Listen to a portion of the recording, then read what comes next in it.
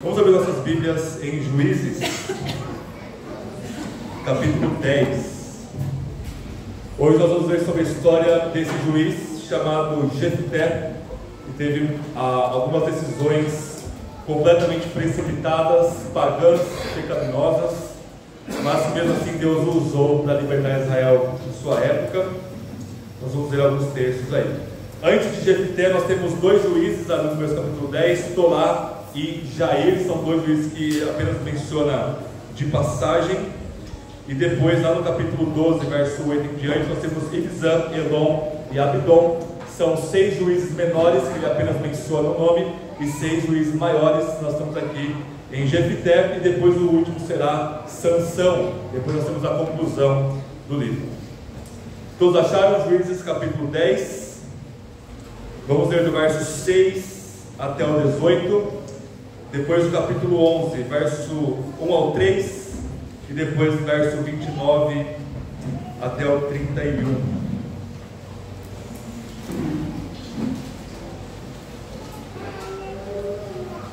Após a leitura, ele dizer: esta é a palavra do Senhor. Todos que creem respondam com amém. Nós vamos orar mais uma vez.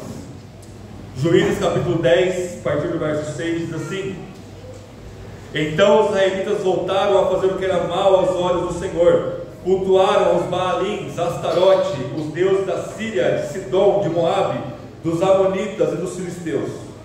Visto que abandonaram o Senhor e já não o cultuavam, a ira do Senhor se acendeu contra Israel, e ele os entregou na mão dos Filisteus e na mão dos Amonitas, os quais começaram a humilhá-los e a oprimi-los naquele mesmo ano.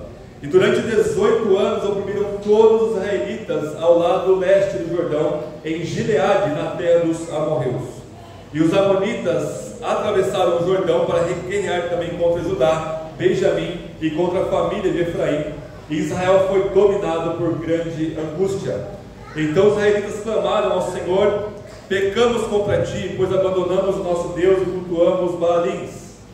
Mas o Senhor respondeu aos israelitas: não fui eu que vos livrou dos egípcios, dos amorreus, dos amonitas e dos filisteus? Quando os sidônios, os malaquitas, os maonitas vos oprimiram, e clamaste a mim, não vos livrei das mãos deles? Mesmo assim, vocês me abandonaram e cultuaram outros deuses. Por isso, não vos livrarei mais. Ide, clamem aos deuses que escolhestes, que ele vos livrem na hora da angústia. Mas os israelitas disseram ao Senhor: nós pecamos, faça conosco o que achares melhor, mas te suplicamos que nos livres hoje. Então se desfizeram dos deuses estrangeiros que haviam entre eles, e voltaram a cultuar o Senhor, que se moveu de compaixão por causa do sofrimento de Israel. Depois disso os amonitas se reuniram e acamparam em Gileade. Os israelitas também se reuniram e acamparam em Mispá. Então os líderes do povo de Gileade disseram uns aos outros: o homem que começar a guerra contra os amonitas será chefe de todos os habitantes de Gileade. Jefté, o gileadita, era um homem valente, porém filho de uma prostituta, e o nome de seu pai era Gileade. A mulher de Gileade também deu filhos. Quando os filhos dela já eram grandes, expulsaram Jefté e lhe disseram: não herdarás coisa alguma na casa do nosso pai, porque és filho de outra mulher. Então Jefté fugiu dos seus irmãos e se estabeleceu em Tobi. Um grupo de homens vadios se juntou a Jefté e o seguia. Verso 29 do mesmo capítulo diz assim: então o Espírito do Senhor veio sobre Jefté, de modo que ele passou por Gileade e Manassés, chegando a Mispá, e de Gileade e dali atacou os amonitas. E Jefté fez o seguinte voto ao Senhor: se entregares os amonitas nas minhas mãos, qualquer um que sair da porta da minha casa ao seu encontro, quando eu voltar da vitória sobre os amonitas, será do Senhor, eu o oferecerei em holocausto. Essa é a palavra do Senhor. Amém. Vamos orar? Senhor, quão profundas riquezas é conhecermos o Senhor. O Senhor é insondável e mesmo assim se revela em palavras que possamos entender, como uma mamãe que alimenta o seu bebê e balbucia palavras de amor e de consolo ao seu filho. Te bendizemos pela sua palavra, que é viva e eficaz, que pelo seu Espírito nos leva a Cristo e glorifica ao seu nome, porque de ti, por ti e para ti são todas as coisas. A Ti seja a glória, Deus. Seja glorificado em nossas vidas, em nossa igreja, pela Sua palavra. Nos dê fé, arrependimento e nos transforme pela luz do Seu Evangelho, da Sua palavra poderosa. Em nome de Jesus nós oramos. Amém.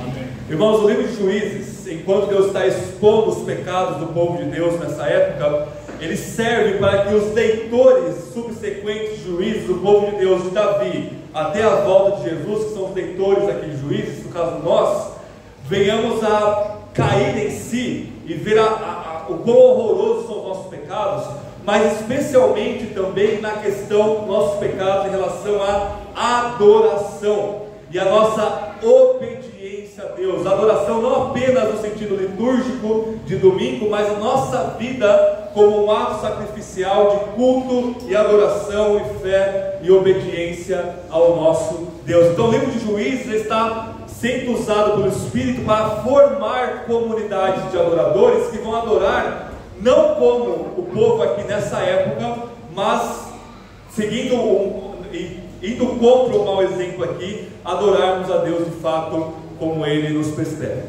A história de Jefté, ela vai nos ensinar que nós devemos adorar a Deus de forma incondicional, de forma bíblica, como está aqui nos slides, e de forma comunitária. E Jefté e Israel aqui vão ser para nós exemplos positivos e negativos, especialmente negativos aqui no caso de Jefté, do como nós estamos diante de Deus. E para começarmos, vamos lá. O primeiro ponto aqui do texto é que nós devemos adorar a Deus de forma incondicional. No verso capítulo 10, verso 6 ao verso 18, Israel volta a fazer o que é mal aos olhos do Senhor. Esse é o refrão que passa todo o livro de Juízes.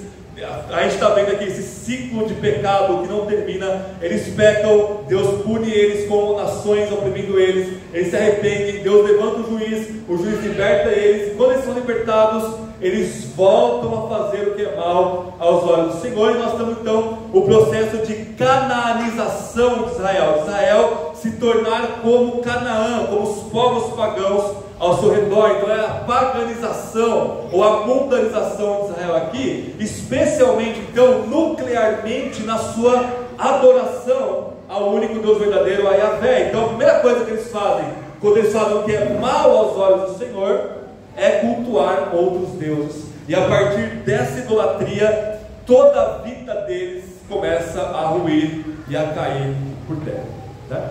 E o texto aqui vai nos ensinar que Israel peca, clama a Deus, só que Deus ele muda o padrão um pouco aqui, porque até então, ok, Israel pecou, se arrependeram, clamaram a Deus, Deus imediatamente levantava o juiz, Otoniel, Eude, Gideão, Sangar e os juízes que nós estamos vendo até aqui. Só que ele não levanta Jefté como juiz aqui, tá? Ele abençoa Jefté, ele capacita Jefté, como eu digo lá no capítulo 10, mas ele o texto não fala de o Senhor levantou Jefté como juiz. Não, o povo ali que armou toda a cena ali, a Jefté fez um acordo com eles ali, e ele acabou sendo colocado como cabeça, como líder de Israel. Deus ele não traz um libertador aqui. Deus ele fala assim, ó, eu não vou libertar vocês.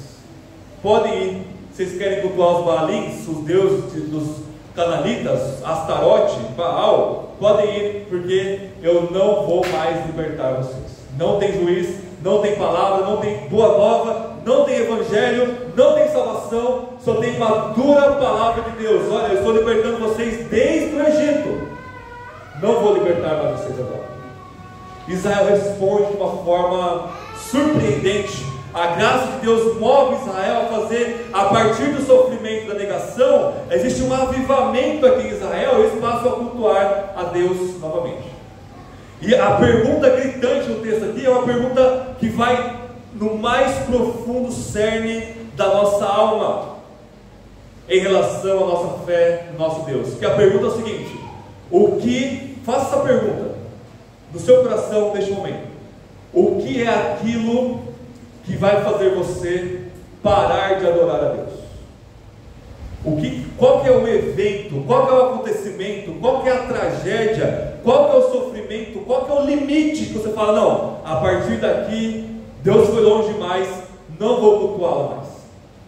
Talvez o seu coração enganoso tenha contado uma mentira, não, eu nunca vou abandonar, igual Pedro, né? Não, Senhor, eu vou com você até a cruz. antes que o galo cante 3 vezes, você vai negar 3 vezes antes que o galo cante. O nosso coração, sem uma graça especial do Espírito, não tem limite para a nossa pecaminosidade e para o nosso abandonar a Deus. Então, o que é aquilo que vai acontecer, ou que aconteceu na sua vida, que vai fazer você abandonar a Deus? Será que se Deus tirar os seus filhos, você vai continuar adorando Ele da mesma forma? Deus tirar o seu marido, a sua esposa, se Deus tirar o seu emprego, e você depois ficar tempo desempregado, passando necessidade, e depois voltar no emprego muito inferior, com um salário muito inferior, será que isso vai fazer você abandonar a Deus? Um câncer terminal no meio da sua cabeça vai fazer você entrar em desespero? Ou será que uma doença terminal na vida de algum ente que você ama muito vai fazer você balançar na fé? Balançar ao ponto de dizer, eu não quero mais. Ou será que, às vezes, já ouvi isso, pastor, eu estou lutando muito contra o pecado, eu não aguento mais sofrimento, vou abandonar aqui, não quero mais sofrer. Que grau de sofrimento vai fazer você abandonar a fé, pedir as cartas aqui, não quero mais ser membro da igreja, não vou ser mais chamado pelo nome de Cristo? Tudo isso, ok, a gente pode entender, nós como cristãos, não, eu vou abalar um pouco, vou ficar talvez depressivo, vou ficar choroso, mas no fim das contas, a graça de Deus vai me sustentar até o final. Então me deixa aumentar o nosso grau de dificuldade. E se o próprio Deus aparecesse para você e diria o seguinte, eu não vou mais salvar você. Esse será que seria o limite? Eu não vou mais ser o seu Deus, o seu Pai, você não é mais o meu filho, a partir daqui você está por conta própria, não vou mais te salvar. Quando você morrer, eu vou pegar a sua mãozinha imunda e vou te levar para o lago de fogo, e você vai perecer lá por toda a eternidade. Opa, aqui nós aumentamos um nível, né? Será que você, a partir desse momento, eu não estou falando de uma alucinação, eu estou falando de um evento hipotético, mas real, o próprio Deus, o Pai, o Filho ou o Espírito Santo, falar isso para você de verdade, de fato.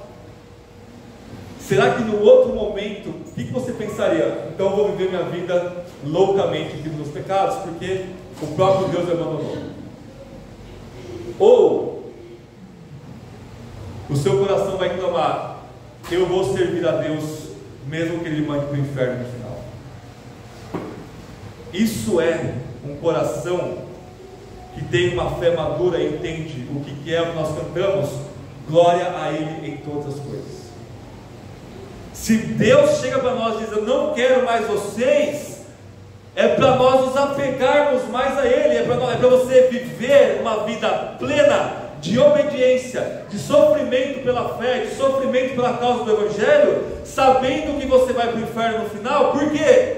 Porque Deus é digno da nossa obediência e da nossa adoração, independente do que Ele vai colocar para nós no final.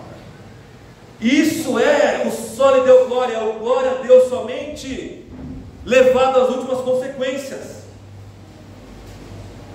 Porque se o seu coração ainda, não, se Deus não me mandar para o inferno no final, eu não vou mais servi-lo, você ainda está lá no fundo da sua alma, no relacionamento de barganha com Deus, no relacionamento de que eu só estou servindo a Deus porque Ele vai me mandar para o céu no final das contas, porque Ele vai me salvar no final das contas. Você não entende ainda o peso infinito da glória do nosso Deus, e do quanto essa majestade lá no céu, no trono, deve ser adorado, independente do que Ele faça conosco. Porque foi assim com o nosso Senhor Jesus. Cristo, nós falamos que Ele foi perfeitamente obediente, e o seu último ato de obediência, o seu ato supremo de obediência, a devoção e adoração a Deus Pai, foi Ele ir para a cruz.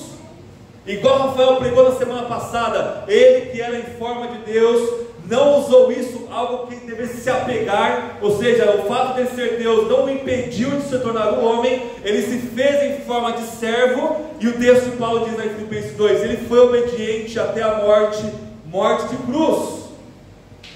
Isso não é romance. O fato de Cristo ter se levantado, lá em Lucas 9, o texto fala que os discípulos olharam no seu rosto, nos seus olhos, e havia uma firme e inabalável disposição de ir para Jerusalém. Naquele momento Cristo, ele começa a ir para Jerusalém, e ele vai até o fim. O que espera ele lá no fim? O que espera ele no monte do Calvário, no monte da caveira, no Gólgota? Abandono de Deus Pai.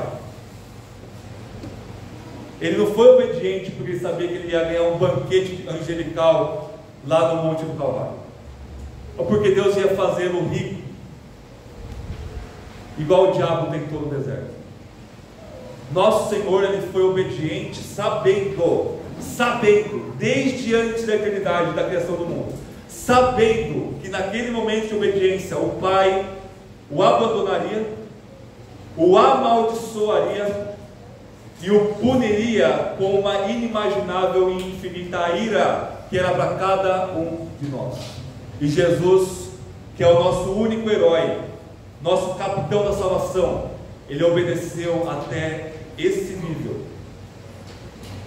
sabendo que a obediência resultaria em morte sangrenta, violenta. O diabo colocaria para ele: olha, vamos imaginar um diálogo hipotético aqui, você vai para a cruz, que loucura é essa? O diabo, ele influencia Pedro, e Pedro fala: Senhor, não te permitas tal coisa. Jesus, você vai ser obediente para você morrer por esse bando de imundos, ladrões, bandidos, mentirosos, filhos igual Jefté, de iniquidade? Eu vou para a cruz. Mas na cruz você vai ser abandonado, não só pelos homens e pelos discípulos, mas pelo próprio Pai, ao qual não houve um momento desde a eternidade de rompimento de relação, numa harmonia e alegria infinita e perfeita do Pai, do Filho, no Espírito. Jesus falou: eu vou até a cruz. João 13 fala: tendo-os amado, amou-os até o fim, até as últimas consequências. O que é que vai te fazer deixar de adorar o nosso Deus? Isso é muito importante, porque nós temos crise de fé, não temos? Será que eu sou isso? Será que eu sou aquilo? Será que eu sou cristão? Será que eu sou eleito? Será que eu sou regenerado? Será que eu sou isso, que aquilo? E se Deus me abandonar? Se Deus te abandonar, adore-o. Se você não sabe se você é eleito ou não, não importa. Sirva a Ele com todo o seu coração. Por quê?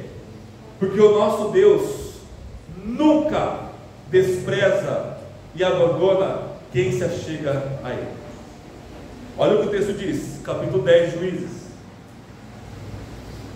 verso 13, ele fala: ide, cultuai os nossos deuses. Verso 14, ide, clamai aos deuses que escolhestes, que Ele vos livre na hora da angústia.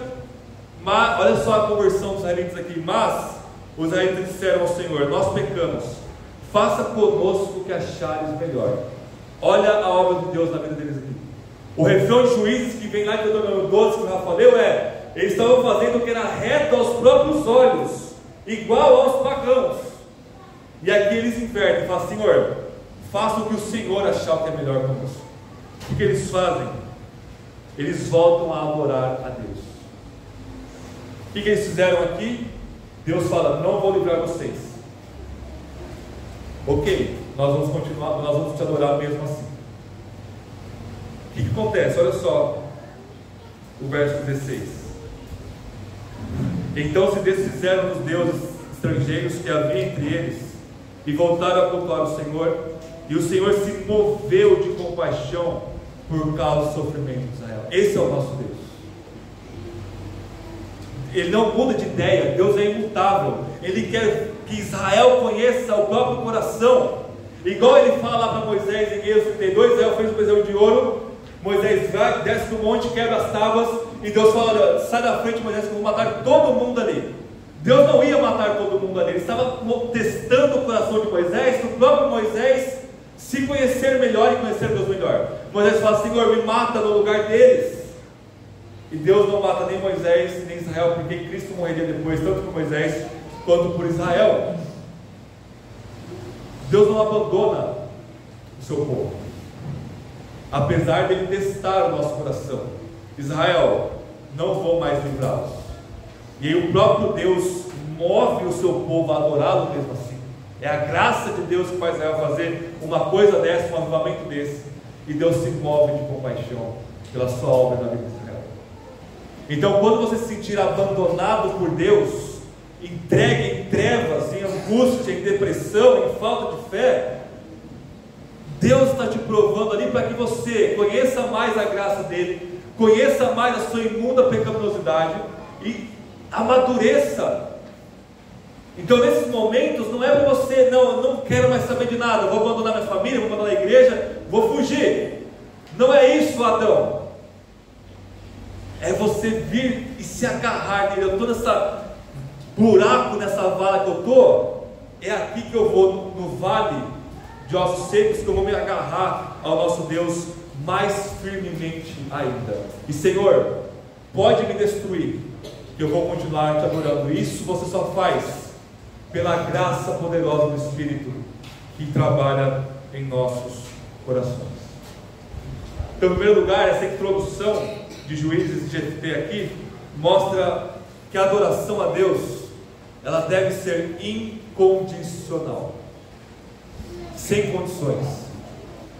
Deus te abandona, ok, eu vou continuar o adorando, porque Jesus disse: aquele que vem a mim, de maneira nenhuma o lançarei fora, mesmo que pareça que ele nos tenha lançado fora.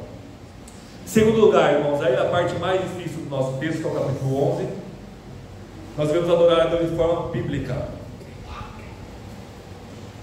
O que acontece aqui? Jefté, ele é filho de prostituição. Os irmãos dele, com a mulher, de fato, a esposa de Gileade, crescem e expulsam ele. Então ele está numa situação bem miserável aqui. Ele não tem família, não tem herança, não tem onde cair morto, né? E o povo fala: olha, aquele que se colocar como nosso líder vai ser o nosso chefe, nosso cabeça. E eles vão até Jefté e propõem. Ele era um sujeito corajoso, né? E eles propõem: olha, seja o nosso cabeça, o nosso líder. Ele fala: olha, e aí existe um jogo de palavras aqui, porque o que eles propõem para Jefté é apenas uma liderança. A palavra da líder é uma liderança mais informal, e a palavra que eles usam para líder é a palavra cabeça. Eu vou ser o governante de vocês, eu quero uma posição maior do que vocês estão me oferecendo. E aí eles: ok, a gente aceita os termos, basta você nos livrar aí dos amonitas e dos filisteus aqui. E Jefté, ele aceita, porque no primeiro momento, com essa liderança, o que ele vai recobrar? Ele vai recuperar a sua dignidade e a sua herança, que ele havia perdido por expulsão ali dos filhos do seu pai. E aí ele tenta entrar num acordo com o rei dos amonitas. Ele tenta então a diplomacia. No capítulo 11, a partir ali do verso 12 em diante, ele vai tentar a diplomacia ali com esse rei aqui, que está oprimindo Israel. Ele fala: olha, por que você está vindo guerrear contra nós? Né? Ele manda uma carta lá para esse rei. O rei fala: olha, vocês tomaram a nossa terra, quando vocês saíram do Egito, vocês subiram e tomaram a nossa terra, agora pacificamente nos dê de volta. Então os dois estavam tentando assim uma diplomacia antes de entrarem em guerra. A resposta de Jefté, ela é muito boa, porque Jefté, ele vai contar a história bíblica. Ele vai ter então uma teologia bíblica muito boa, porque ele vai falar assim: olha, resumindo o texto aqui para o nosso tempo. Olha, Deus nos tirou do Egito, nós ficamos peregrinando lá 40 anos no deserto, um longo tempo no deserto de Padã Arã lá, né? E nós pedimos auxílio para vocês, para as nações da fronteira ali de Canaã, e nenhum de vocês nos atendeu. Isso é livro ali de Êxodo, Números, Josué também. E aí ele fala assim: olha, o nosso Deus entregou vocês na nossa mão. Vocês fazem a mesma coisa. Quando vocês vencem uma guerra, Vocês falam assim, ó, os nossos deuses e tal, deram para nós essa terra, agora ela pertence a nós. É a mesma ideia, a mesma religião, só que pagã versus religião verdadeira aqui de Yahvé, do Senhor. É a mesma coisa, nós não estamos tomando assim à toa. Deus entregou vocês nas nossas mãos. E aí o texto fala que o rei dos amorreus não deu ouvido a Jefté, não ligou para a carta que ele mandou, e se preparou para a batalha. E Jefté, ele fala assim, lá no verso 27, capítulo 11, verso 27: nada fiz contra ti, pelo contrário, tu que ages com justiça para comigo, ao guerrear contra mim. Que o Senhor, que é juiz, faça justiça hoje entre os israelitas e os amonitas. Porém, o rei dos amonitas não deu ouvidos à mensagem de Jefté, que Jefté lhe enviava, né? Então até aqui Jefté está muito bem, só aspectos positivos. Ele responde com uma boa teologia bíblica, ele está aqui tentando uma diplomacia antes de entrar em guerra, e a teologia dele é que o Senhor é juiz. Isso é muito importante. Um juiz falando que o Senhor é juiz é muito importante, né? E o que acontece no verso 29?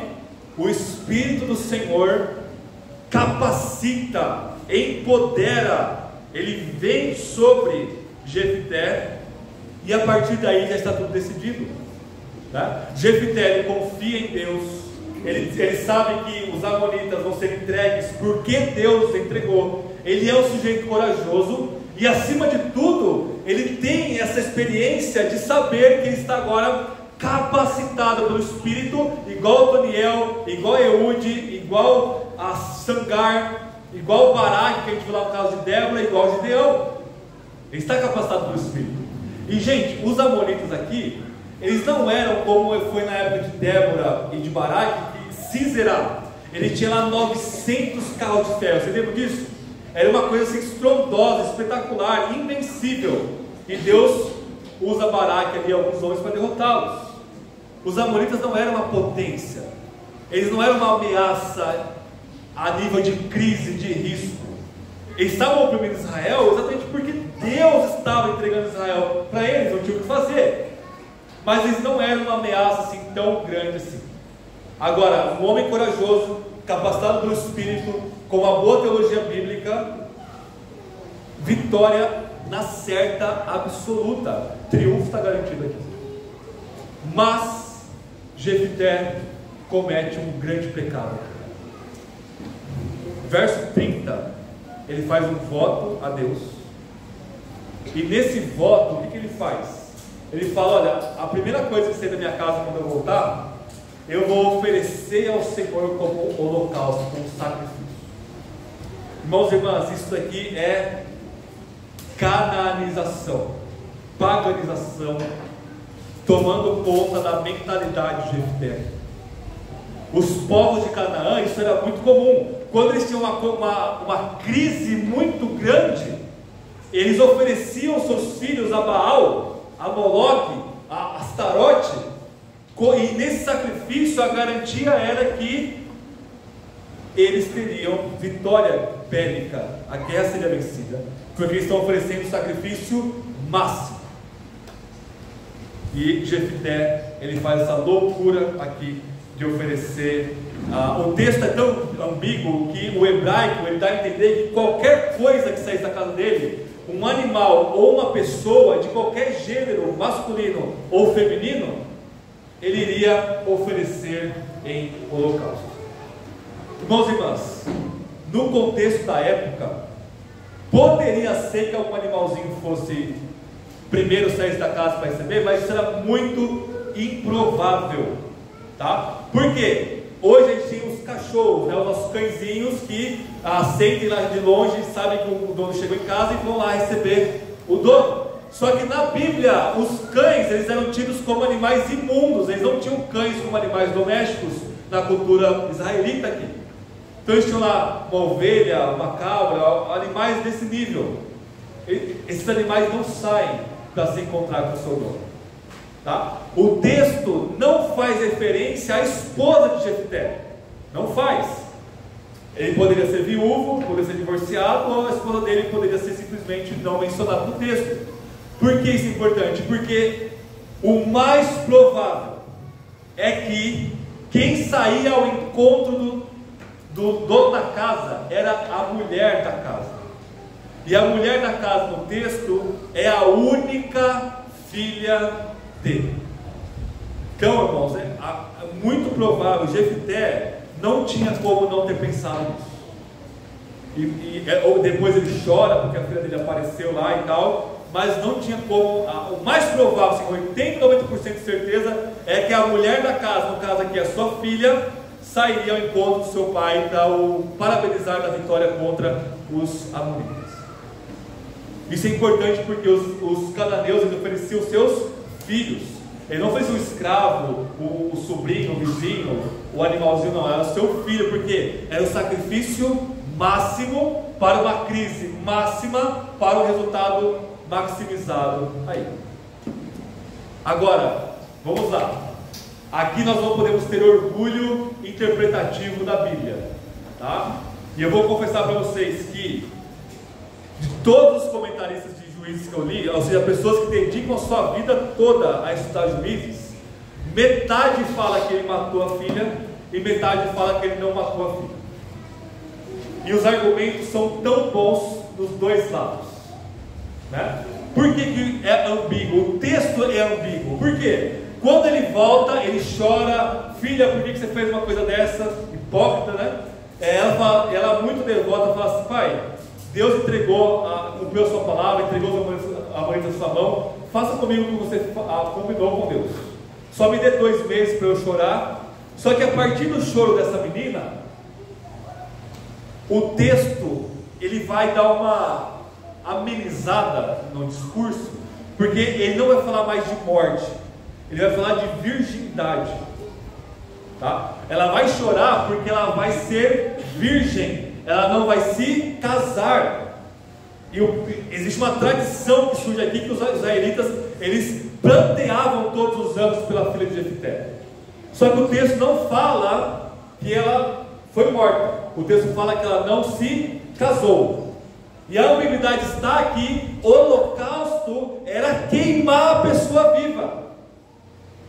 E aí o argumento é: ou ela estava lamentando a virgindade porque ia morrer virgem, e aí de fato não ia casar de novo, ou eles Jefté deu uma gambelada no voto dele ali e falou: olha, então o que eu vou te oferecer como sacrifício a Deus é você se dedicar a Ele e tal, e não se casar, né?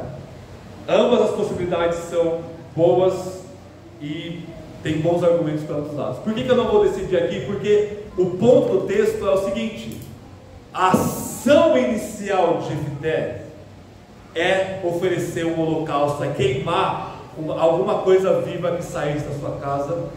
E isso é uma abominação para Deus. Deus está em silêncio aqui. O silêncio de Deus aqui é gritante. Deus não apenas nunca mandou sacrifício humano, mas Ele abomina sacrifício humano aqui.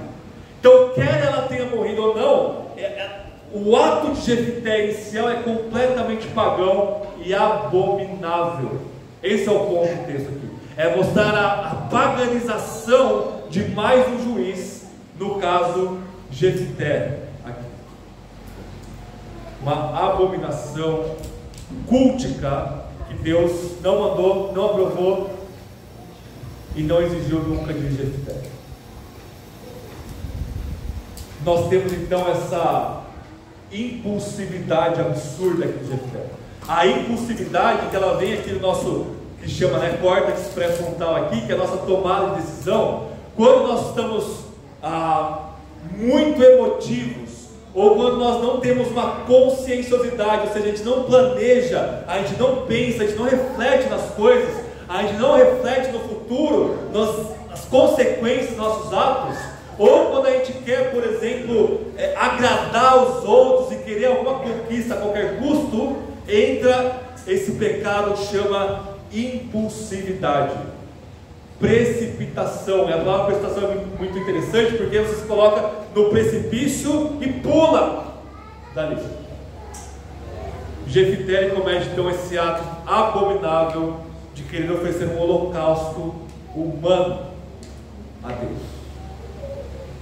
Ou seja, o culto que Jefité vai prestar aqui a Deus não é bíblico. Ele começou a falar uma teologia bíblica boa, e aí o que ele fez? Ele inventou, no impulso da sua loucura, um ato de culto abominável para Deus, um ato de culto igual ao culto pagão dos amonitas aqui. Percebem?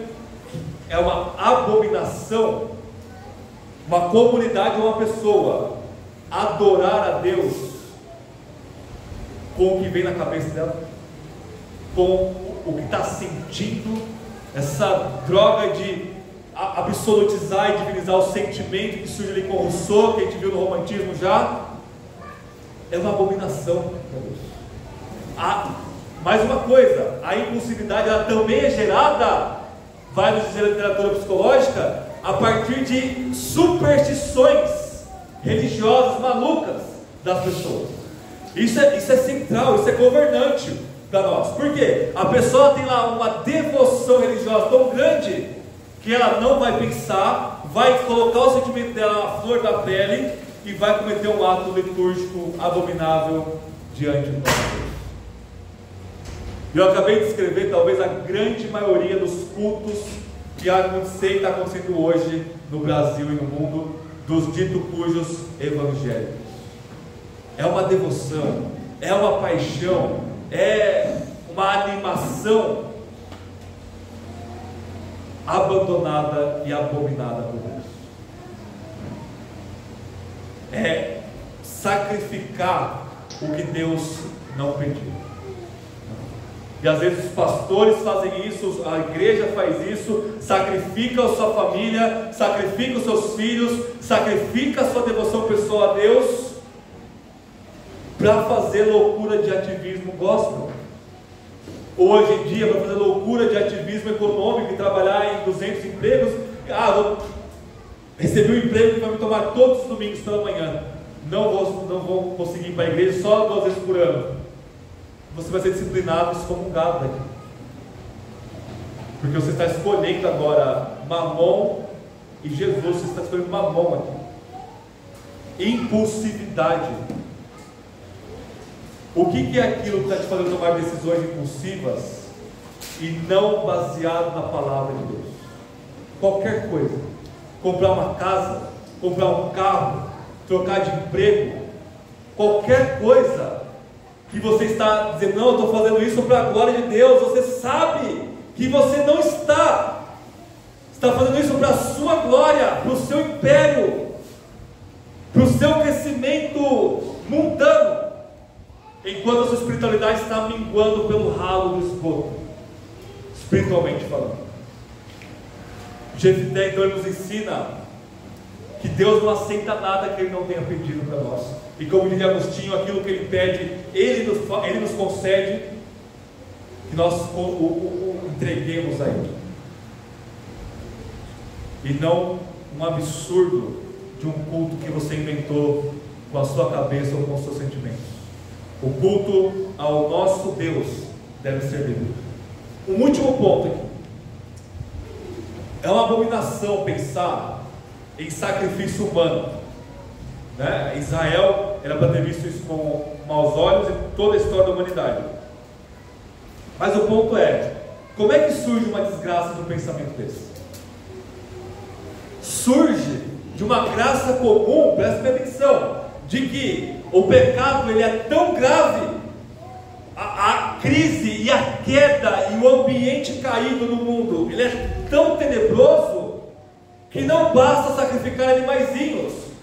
Talvez os deuses queiram um sacrifício maior, vida humana. Não tem nada mais valioso no universo do que vida humana. O problema é que isso é pervertido pelo diabo no coração humano. Por quê? Aí a graça comum ela termina e começa a pecaminosidade humana, porque nenhum ser humano paga por nenhum pecado. Nenhum sacrifício adquire o favor de Deus para nós. Igual Paulo falou, você pode entregar o seu corpo para ser queimado, os seus bens aos pobres, e viver uma vida absolutamente moral. Isso não paga nem um mísero pecado que você cometeu neste exato momento na sua cabeça. Nem um pensamento pecaminoso, nem um sentimento, uma vontade pecaminosa, nem um olhar pecaminoso, nada, nem um sangue. A gente pode oferecer, igual Hitler, né? Milhões em holocausto, que não paga um mísero pecado, porque essas ofertas também são pecaminosas. A ideia aqui é que Deus ofereceu o seu Filho como sacrifício por nós. O sacrifício humano é exigido, mas não qualquer sacrifício. Ele tem que ser perfeito, ele tem que ser infinitamente digno, porque o nosso pecado é infinitamente maldito e digno de punição eterna. Então Deus, Ele não pede nenhum sacrifício humano, porque Ele mesmo vai oferecer o seu Filho no altar do Gólgota para pagar todos os nossos pecados. E aí sim, uma vida humana, paga todos os pecados de todos os eleitos de Deus, de todo o povo de Deus, do primeiro ao último, todos. Aí, meus irmãos e irmãs, não há mais sacrifício pelo pecado, não há mais preço a se pagar, igual essa maldita frase do Evangelho, tem que pagar o preço já foi pago, a expiação já foi feita, e ela foi aceita por Deus. Tamanha a infinita dignidade da pessoa que foi oferecida naquele madeiro romano por nós. Agora a nossa vida é um sacrifício entregue a Deus, mas nos termos dele, na palavra dele. O culto que ele aceita é um culto que ele mesmo prescreve para nós, porque o culto que ele aceitou foi um só, o culto que o Filho prestou para ele no Calvário, no Gólgota. E a partir daí então todo culto só é aceito por estar nele e ter como fundamento o sangue do Cordeiro de Deus. Terceiro e último lugar, o culto precisa ser comunitário. O texto é um quiasmo que eu não vou abranger aqui para nós, mas é muito interessante, meus irmãos e irmãs, que a partir do capítulo 12, que é o final da história de Jefté, só um título já ilustrativo, diz assim: Jefté e Gileade lutam contra Efraim, né? E o que o autor de Juízes vai fazer aqui é o seguinte: o que ele falou dos Amonitas no capítulo 11, do rei dos Amonitas no capítulo 11, vai ser exatamente repetido para falar de Efraim, uma das tribos de Israel. Ou seja, essa tribo Efraim, ela foi completamente agora paganizada, ela está agindo igual aos Amonitas. Elas chegaram intimando Jefté, porque se não chamou a gente para a guerra, ela quer glória também para vencer batalha. Jefté, ele tenta uma diplomacia, igual ele fez com o rei dos Amonitas, e ele fala: por que vocês estão vindo lutar contra mim, contra eu? Igual ele falou lá para o rei dos Amonitas: por que você está entrando em guerra comigo? Sem nenhum acordo, Efraim não ouve Jefté, igual o rei dos Amonitas não ouve Jefté. Jefté mata, no verso 6 do capítulo 12, 42 mil israelitas. 42 mil israelitas. E de novo, a partir de Deus nós vimos isso, mas de novo, Israel luta contra Israel. Israel é paganizado, é canaanizado e destrói a si mesmo, luta contra si mesmo. O culto a Deus então ele não é feito, porque se o povo não está unido, não há adoração a Deus. Então, meus irmãos e irmãs, o culto a Deus ele é incondicional, ele tem que ser bíblico. Aqui, e qualquer coisa que você vai fazer para Deus, vai fazer voto de maluco, Deus não precisa. E o culto tem que ser comunitário. Ainda sobre isso me veio algo à mente.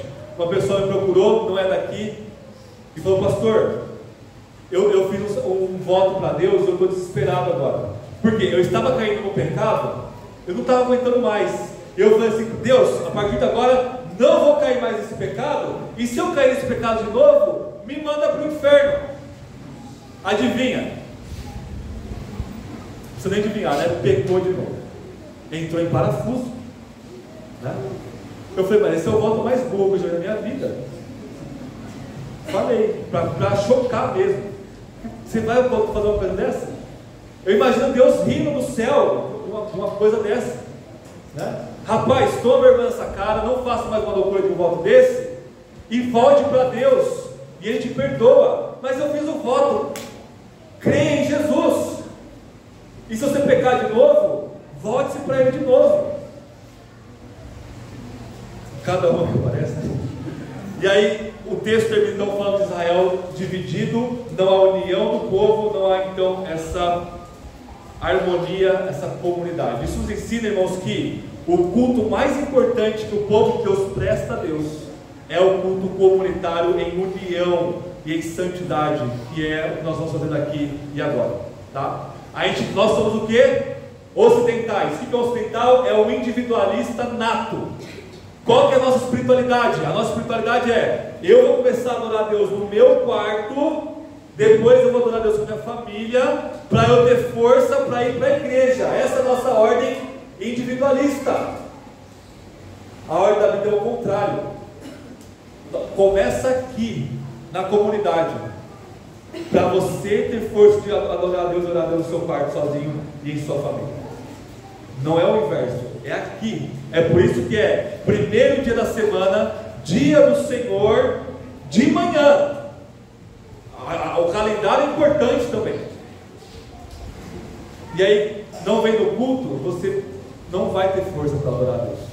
O primeiro e mais importante culto é o culto que nós precisamos em comunidade, em união, que Israel não tinha aqui.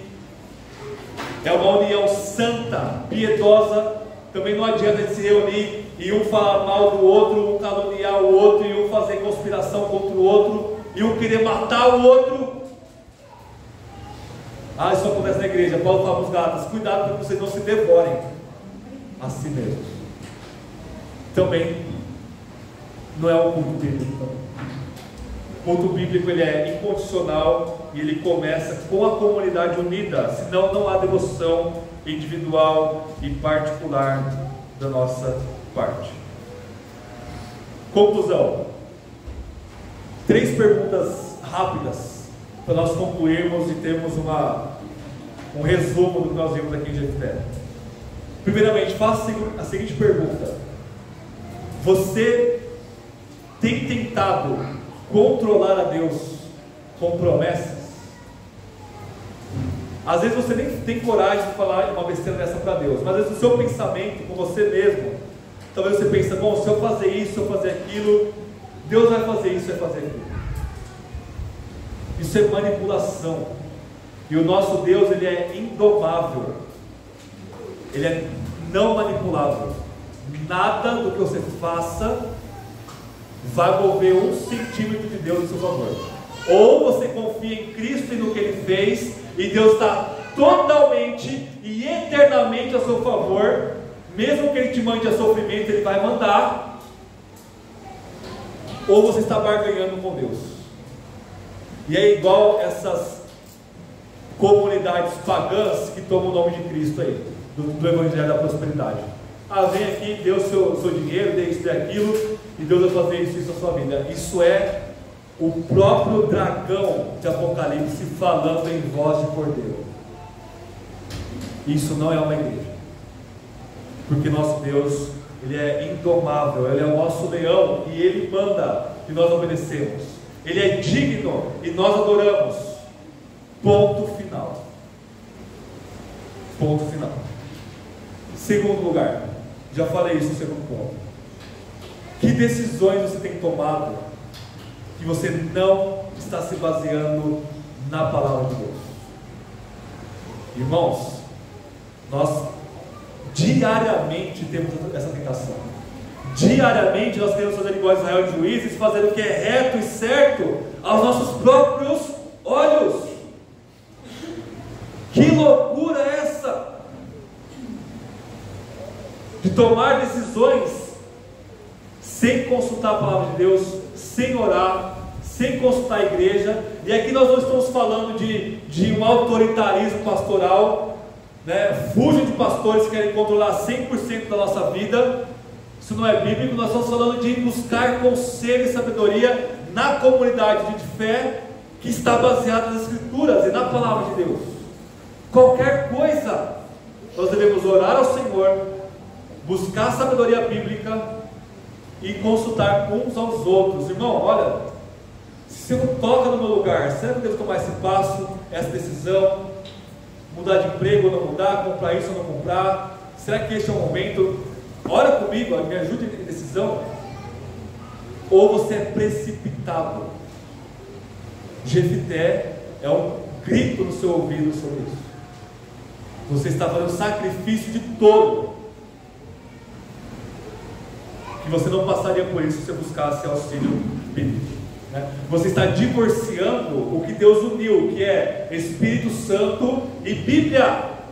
Jefité, no momento que ele é empoderado pelo Espírito, ele foge da palavra de Deus.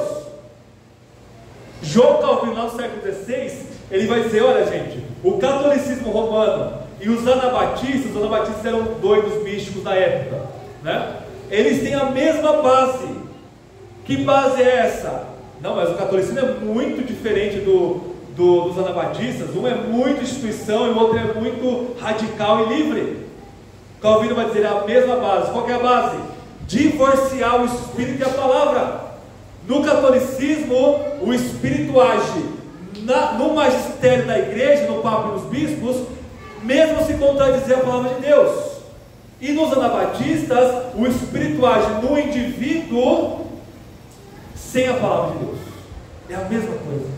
Se vai se manifestar e se traduzir de formas diferentes. Não divorcie Bíblia e Espírito, zelo e entendimento da palavra de Deus. Esse é o nosso terceiro ponto. Será que nós estamos agindo com zelo, sem amor e sabedoria? Jefité agiu com zelo aqui, ele quis garantir a garantia. O Espírito está sobre ele, não, precisa de algo a mais aqui, para ter certeza da vitória aqui. Não teve sabedoria, não teve amor, porque ele quis oferecer um homem humano em holocausto, e a sua filha era a opção mais óbvia que ia acontecer, e de fato aconteceu. Nós agimos assim às vezes, como crentes e como igreja, um zelo por isso, por aquilo, por doutrina e tal, que a gente tem que ter, mas divorcia do que? Do amor e da sabedoria e da palavra que deve ser salgada e temperada com sabedoria, igual Paulo fala em Colossenses. Não vamos separar o que Deus uniu aí: Espírito e palavra, zelo, amor e sabedoria, e a Bíblia e do culto que o nosso Deus demanda de nós. Amém? Vamos orar? Tem um momento breve de oração silenciosa. Confesse os pecados, corra para Deus em fé e arrependimento do nosso Senhor Jesus. E eu já vou orar encerrando o sermão com oração de confissão também. Oremos.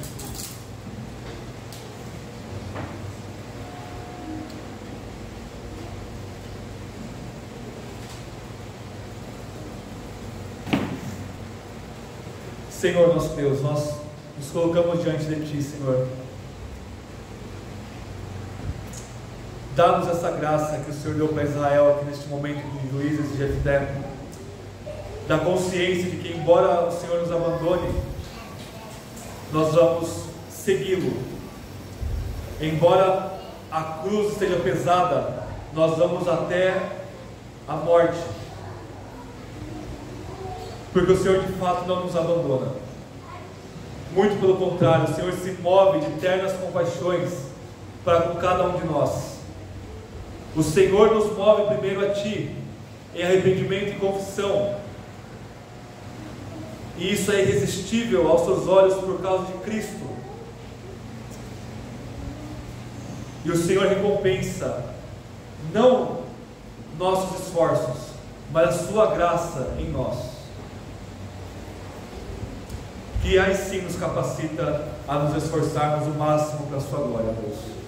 Dá-nos união, estreite e aprofunde a nossa unidade, o nosso amor a nossa sabedoria e nos encha com a sua palavra, ao ponto de sermos dominados por ela, estarmos encharcados e batizados, mergulhados no oceano límpido que é a sua palavra.